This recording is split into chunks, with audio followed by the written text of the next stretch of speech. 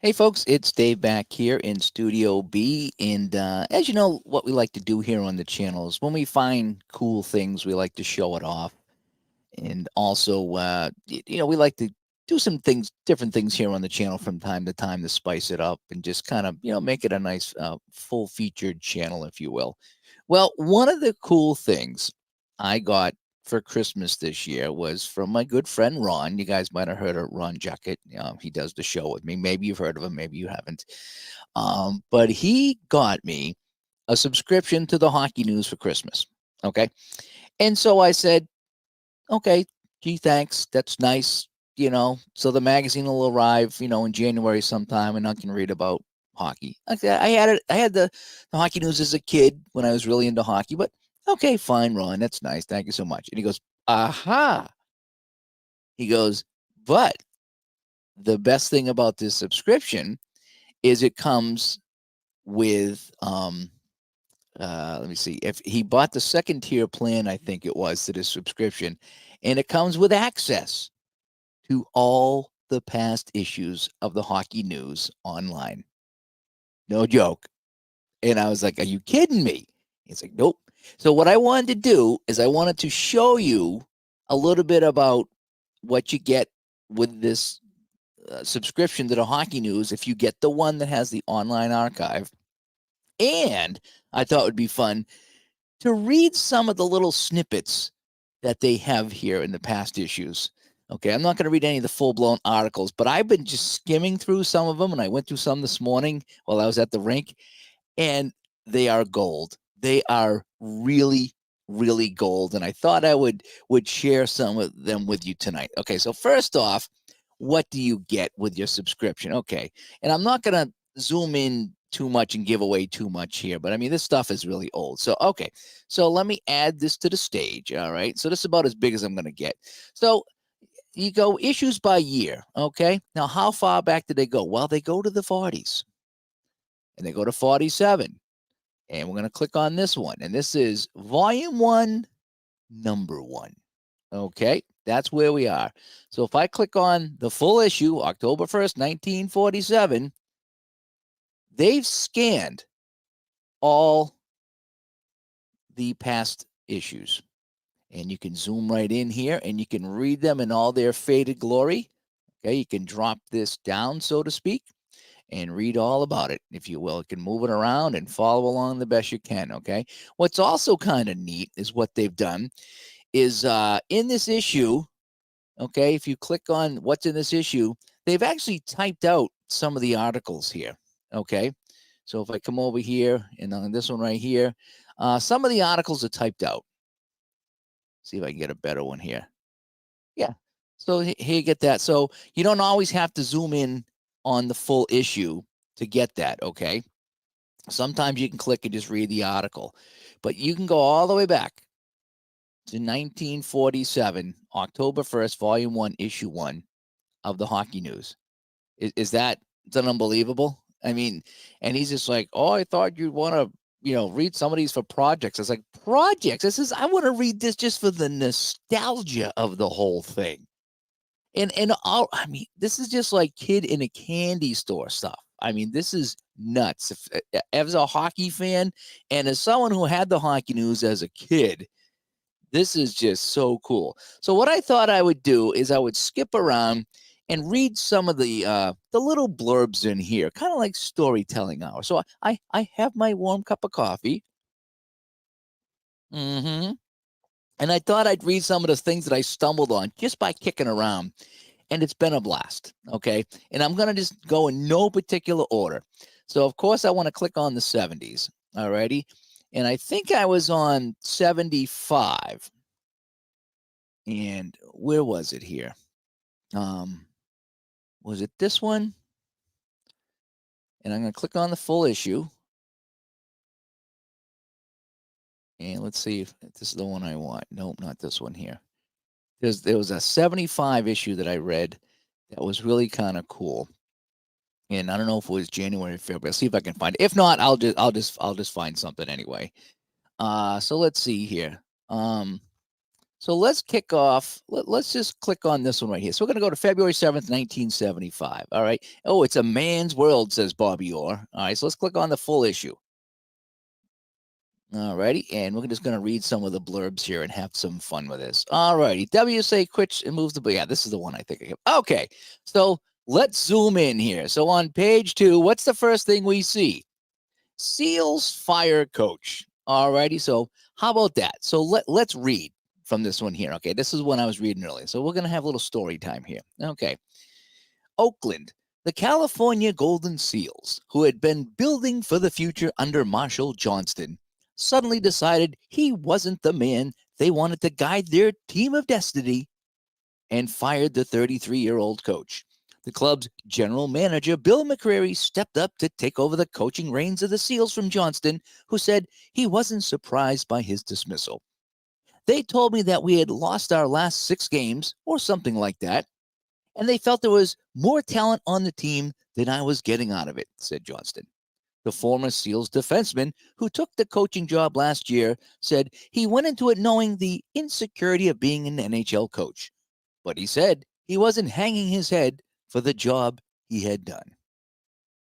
Is that gold or what? Now, and then right underneath that, the WHA in Baltimore. So what happened? From Detroit, the World Hockey Association threw in the towel with the Michigan Stags in Detroit and voted to move the club to Baltimore under the new name of the Baltimore Blades. Blades or Stags, it didn't seem to matter much. The new Blades dropped their first 2 games since moving from Detroit. The team has lost 30 of its 46 starts and is mired in last place in the Western Division of the WHA. The troubled Stags had been a box office disappointment last season in Los Angeles as the Sharks and were subsequently moved to Detroit, where the club played to virtually empty houses at Cobo Hall. It was inevitable the Stags couldn't remain in Detroit. The WHA canceled its last 4 or 5 home games and sent the club on the road until a solution could be found to their troubles. The move to Baltimore was the apparent answer. Is that kind of cool? I mean, this is the stuff that you can read here online with the hockey news. So so cool. All right, let me see if I can go back here. Let's go to 1976. All right, and what was I reading here in 76? Let's see. There was one I was reading in 76 that was kind of fun. Was this it or not? Yep, here it is right here. All righty. So, February 13th, 1976. Cheevers quits the WHA. Goaler Jerry Cheevers headed back to his old Boston stomping ground after securing his outright release from the Cleveland Crusaders of the WHA. Cheevers was expected to return to the Bruins, with whom he'll take a substantial pay cut from his $200,000 Cleveland contract to play in the NHL again. The veteran netminder who bolted the Bruins as one of the WHA expansion originals 4 years ago became disenchanted with the Cleveland hockey picture and decided to get out. Cheevers said he and Cleveland GM Jack Vivian had reached an impasse in their ability to work together. But sources said the failure of the Cleveland club to meet player payrolls drove the former Bruin goalie out of the WHA. Chivas was reported to have financed some of the Cleveland players with personal loans while the club scrounged around for finances to meet back salaries. Chivas was on the 4th year of a 7-year pact calling for $200,000 per annum. So that's why the WHA failed, folks. They couldn't pay their goalies $200,000 a year.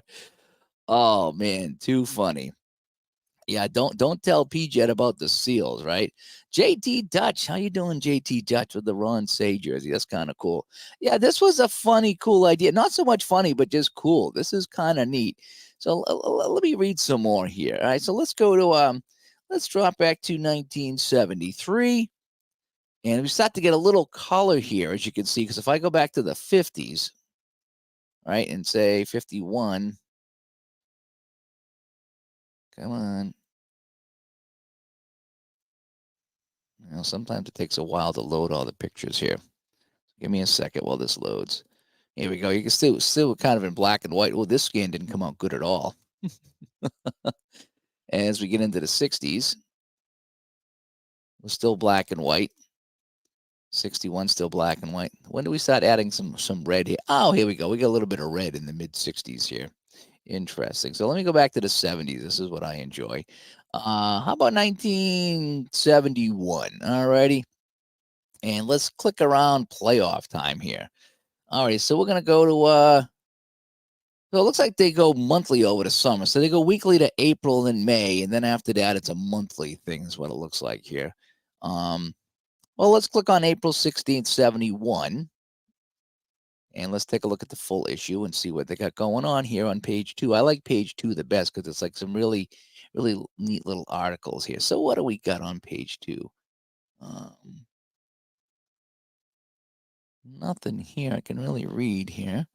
Well, let's go back up to oh, we have the fan forum. Let's read the fan forum, shall we? All righty. So, all righty. So we're going to read this. This is April 16th, 1971. And this is great stuff, Doug. As a hockey fan, this is unbelievable. All right. So April 16th, 1971. Let's read some of the fan mail, shall we? NHL's next expansion should be to Canada. In past months, hockey fans throughout Canada have read predictions for a future expansion of the NHL into such places such as Atlanta, Georgia, Dallas, Texas, and Seattle, Washington. It should be very apparent by now that expansion into American cities at the present is not being successful. Pittsburgh, Oakland, and Los Angeles are glaring examples of this. Since the original expansion in 1967, only one team in 8 has been located in Canada. Our one new team, Vancouver, is perhaps one of the most prosperous in the league today with 25 sellouts out of a possible 35. Surely, if this is any indication of the Canadian reception to expansion, we should all consider it more seriously. As it exists today, the NHL has only 3 Canadian teams in the league of 14, which is disgusting. And that is from Casey in Creston, BC. Is this so cool or what? Again, you can click on any page and read some things about what's going on. I was trying to flick through one of these and see if I saw any ads for Stratomatic or anything like that, but I haven't seen anything yet. I'm not sure when Stratomatic come out that I could check that out, but yeah. So some of these articles are great. They really are. Let me see if I can go back here. Although it does kind of stick once in a while.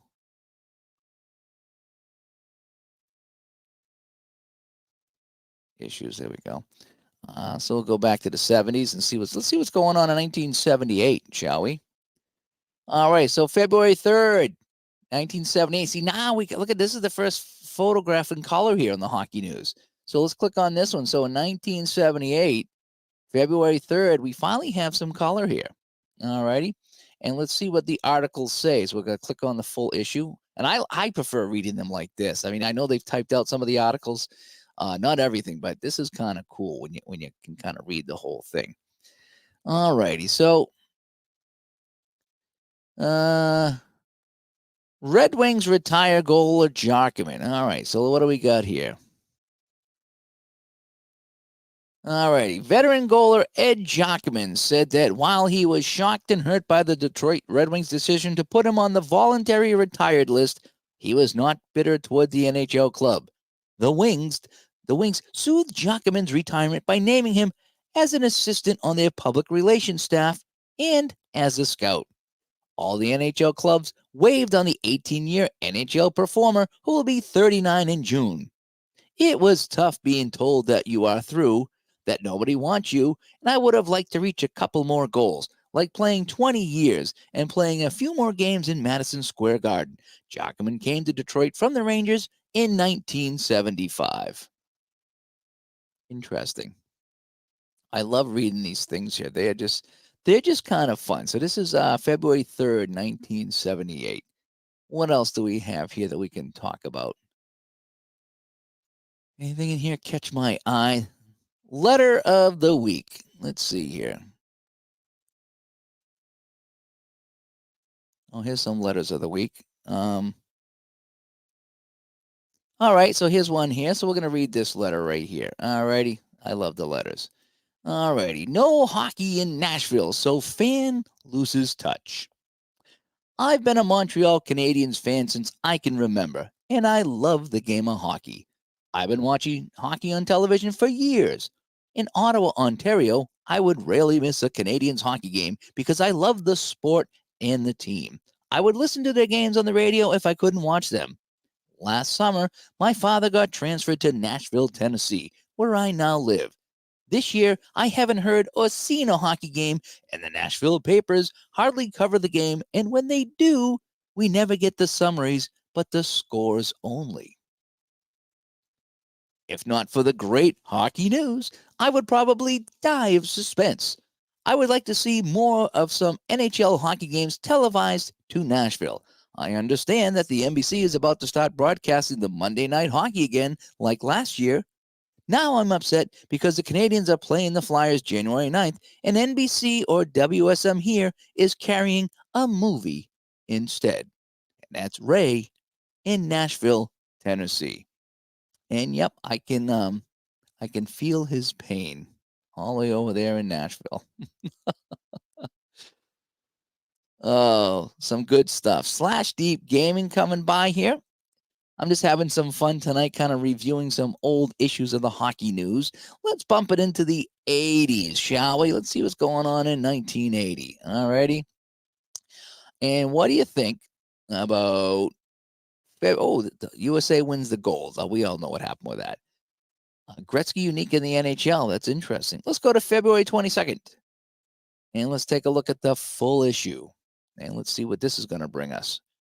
February 22nd, 1980. Anything here that catches our eye? Okay, now they got rid of the page 2 where they had the small articles. I really like that. Let's take a look to see what it says about Wayne Gretzky. All righty, this is a long article, but let's see what it says.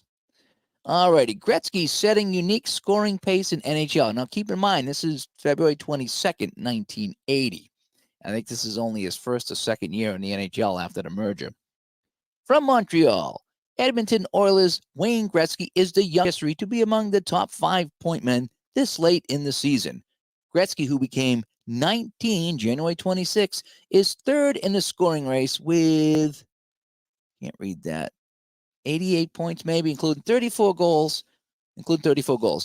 In Oilers' 15 games this season, in his second half of the season, the native Brantford, Ontario, has averaged exactly 2 points a game on 12 goals and 18 assists. That pace is matched only by Montreal winger Guy Lafleur, who also has played 15 games in this half and has 13 goals and 17 assists for 30 points.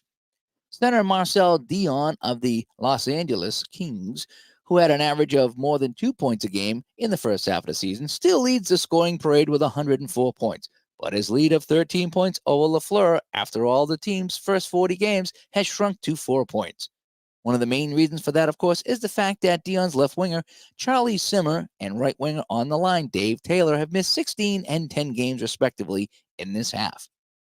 In Edmonton's first 40 games, of which he played 39, Gretzky had 58 points, including 22 goals. He trailed Dion by 25 points. Today, Gretzky has 88 points, 16 fewer than Dion, and 12 behind Lafleur. He has 34 goals. If Gretzky is among the top 5 point men when the season ends, April 6th, he will surpass the accomplishment of former Toronto Maple Leaf center Ted Kennedy. In 1944-45, Kennedy finished 5th in scoring list with 54 points, including 29 goals in 49 games. He was 19 years, 3 months old when the season ended, March 18th, 1945. Gretzky will be 19 years, 2 months old when the 79-80 season ends. Lafleur gained 1 point on Dion last week, although he lost a goal to the Kings center in that department. Dion continues to lead in goals with 43 and assists with 61. Lafleur has 41 goals and 59 assists. Vancouver Canucks, who got off to a good start this season and then went into a slump, became somewhat of giant killers recently. Of their first 4 games in 5-game road trip, which ends in Hartford Tuesday, Canucks recorded wins at Minnesota, Philadelphia, and the first loss for the Flyers at home this season in Montreal. Interesting. So little Gretzky talk right there. Let's go back to my issues. Go back to the 80s. Oh, 1985. This is probably when I would have had the hockey news. So what do we want to go here? 1985. How about January 11th, 1985? And now the issues are getting a little bit more clearer here because they're a little bit newer. But it's neat that they had some of these still kicking around, you know? We got back issues. Get them while they last. I think I remember ordering a couple of back issues actually back in the day. I'll just read a couple more articles here, but I wanted to share this. Minor League Hockey Flashback Lemieux, that's a little too big. I don't want to read that one. I like the small ones. Well, what does this say here? All right, so 20 years ago today. And all righty, so let's see so we're in January 11th of 1985. So here's what happened 20 years ago this week in hockey, which would have been 1965. The Montreal Canadiens made their second major trade in less than 2 seasons by acquiring veteran left winger Dick Duff from the New York Rangers for Bill Hickey. The slumping Rangers also hired Bert Olmsted as coordinator of player personnel. The Soviets finished their 8-game tour of Canada undefeated and afterwards voiced their desire to play an NHL team. Montreal managing director Sam Pollock said that was impossible because the NHL had already made its schedule, but would certainly be interested in future tours. Here's what happened 15 years ago. So this would have been 1970. The Philadelphia Flyers fired general manager Bud Pohl and elevated assistant GM Keith Allen. Interesting. So that's what we had there. Anything else here? Oh boy, the decline and fall of Vancouver. It's more than the uniforms that are turning off the fans. Yeah, so 1985, yeah, that would be some really bad uniforms. Yep. Yep, I can see that. Oh, let's go to the fan forum. I like the fan forum here. I probably wrote in a few times myself.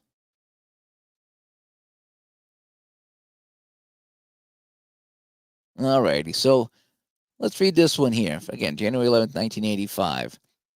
Fischler is colorblind. After years of trying to be charitable, I have finally had it with the greatest disaster ever to be inflicted on hockey journalism, Stan Fischler. His column on hockey jerseys, November 2nd, is the worst thing he has ever done in a history of columns of inane drivel. His ignorance of color and design is only matched by that of 2 stooges he roped into sharing his charade. Did they design Vancouver's uniform? Any color expert could have told them that green is the most attractive color on the spectrum and receives the most positive reaction from viewers. That is why it is recommended for politicians choosing the basic color for their election signs and other campaign material.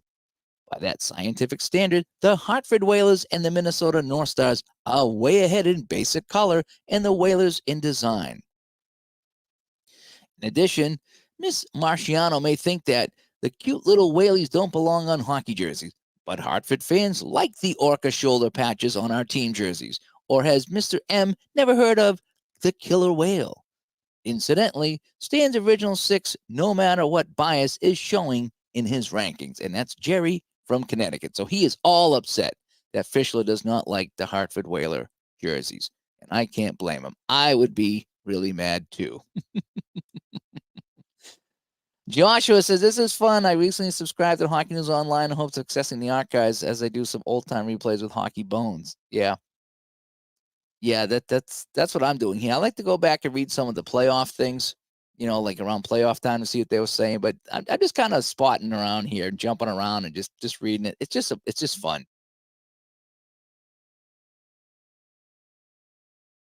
All right, I'll read one more article, and then we'll call it a day. Let's go to the 90s here.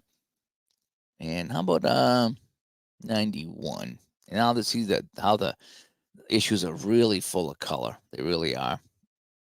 Let's go towards the end of the year. How about December 20, 1991? All right. So we'll click on this and we'll go to the full issue. And let's see what calls up here. All righty. Cheers and jeers. The hockey news. Reggie Lemon returns as Boston backup. Oh, I like how they have all the teams listed here. Oh, they have the ECHL. Oh, look at this. So I can kind of go over here, and you see how my mouse is hovering over this? It'll go right to the page. Oh, the hockey news classified. Over 300 hours. Hockey's greatest fights from the 70s. Oh, you remember reading in this?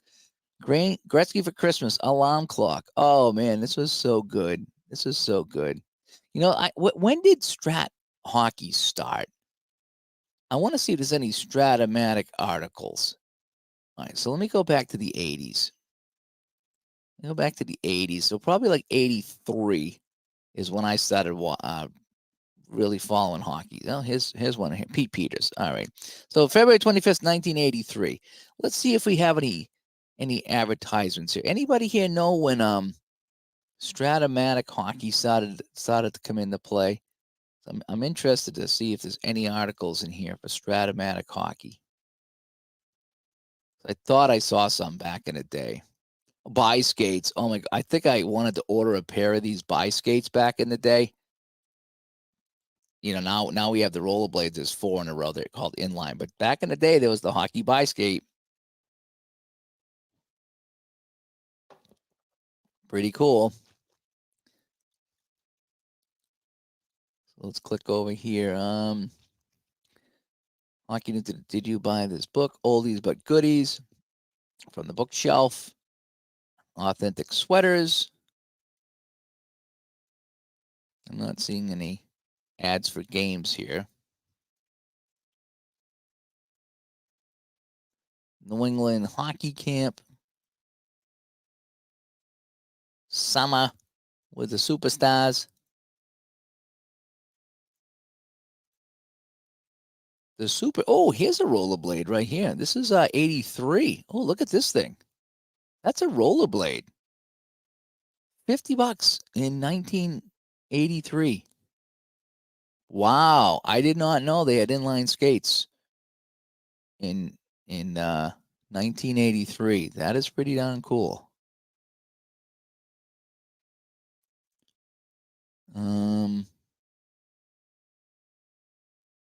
What else we got going on here? I'm looking to see if there's a ad. Oh, look at the NHL team rosters. Oh, I like this. I kind of remember this. New Jersey, Chico Resch is a goalie. Yep, this is 83. Yep, interesting. Oh, get cigarette ads. That is so cool. The cigarette ads. Remember those? And that is that. So I didn't see a ad for Strat. Let's bump it up. So what did I say? This was 83. How we go 88. And we'll go March 4th of 88. Let's see what we get for ads in here. I'm just looking for the ads right now because this is kind of cool, but I didn't know they had roller skates. All righty. Professional skate sharpening. What's that? The seals?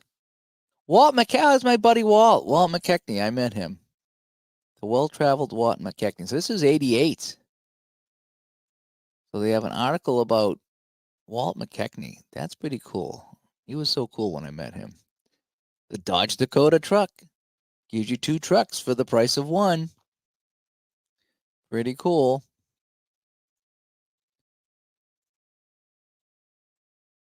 Like I say, video locker. The best hockey on video. This must have been VHS back then, right?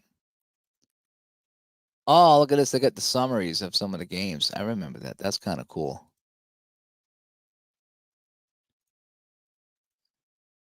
New England hockey camp. Boy, I tell you, I could be looking at these all day, but I just wanted to show this off. Just to kind of show you some of the fun you can have here. The Hockey News Classified. What do we got here? Hershey Bears 50th anniversary jerseys. What would that be now? So that was 1988. It's coming up on 100. Moncton Hawk souvenirs. This is how I used to buy some of my souvenir stuff. Was right here through the Hockey News. I bought a lot of stuff through the The want ads. That's the only place you could get it. General manager's draft. Don't know what that is, but interesting.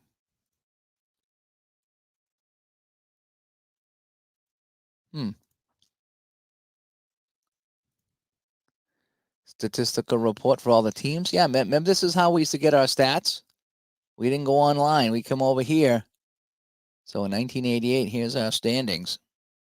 Boston was at the top in 88. Yeah, they had a good team in 88. They did.